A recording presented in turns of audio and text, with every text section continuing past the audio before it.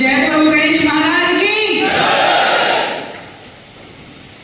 వేదిక పైన ఉన్నటువంటి అన్ని ఉన్నతాధికారులు మన GHMC zonal commissioner Srinivas Reddy గారు, సౌత్ జోన్ ఎడిషనల్ డీసీపీ మాజీ గారు, ఆల్ మై సిపి, ఇక్కడ గణేష్ ఉత్సవ సమితి నుంచి మహేశ్వర్ గారు, రామరెడ్డి గారు, సిమెంట్ శ్రీకు గారు, మారుతి యాదవ్ గారు, ఉదయ్ కిరణ్ రెడ్డి గారు, విజయ్ కుమార్ గారు, సైనాథ్ గారు, బాలమూర్తి గారు, మహేష్ కుమార్ గారు, పెద్ద లక్ష్మణ్ గారు, శ్రీనాథ్ గారు, రాకేష్ తివారి గారు, రామరెడ్డి గారు, అండ్ ఇంకా ఇక్కడ స్టేజ్ పైన ఇంకా ఆడియన్స్ ఉన్న కూడా అందరికీ కూడా నమస్కారం చెప్తున్నాను.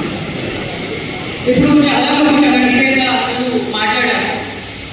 ఈ విద్యుత్ ప్రమాదానికి సంబంధించి చాలా మంది మాట్లాడారు, కానీ ఒక మాట నేను కూడా చెప్తున్నాను.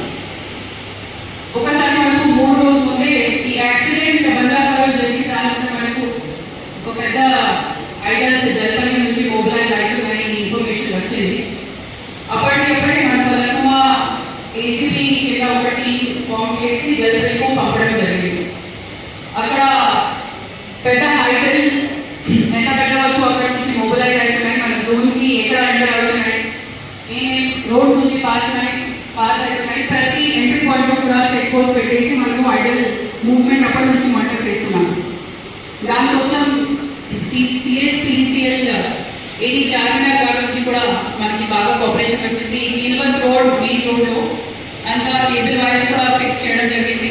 వాళ్ళు కూడా 24/7 3 షిఫ్ట్ డ్యూటీలో ఈ ఐడల్ మూవ్మెంట్ మాత్రమే కోసం police staff and electricity staff అప్పటి నుంచి డ్యూటీలో ఉన్నారు. సో ఇప్పుడు సౌత్ జోన్లో అట్లా ఇన్సిడెంట్స్ జరగకుండా అందరూ డిపార్ట్మెంట్ వాళ్ళు కలిసి పని చేస్తున్నారు.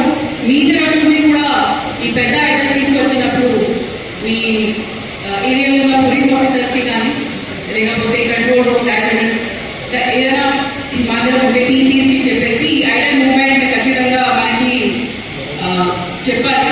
ఇప్పుడు వచ్చిన కొన్ని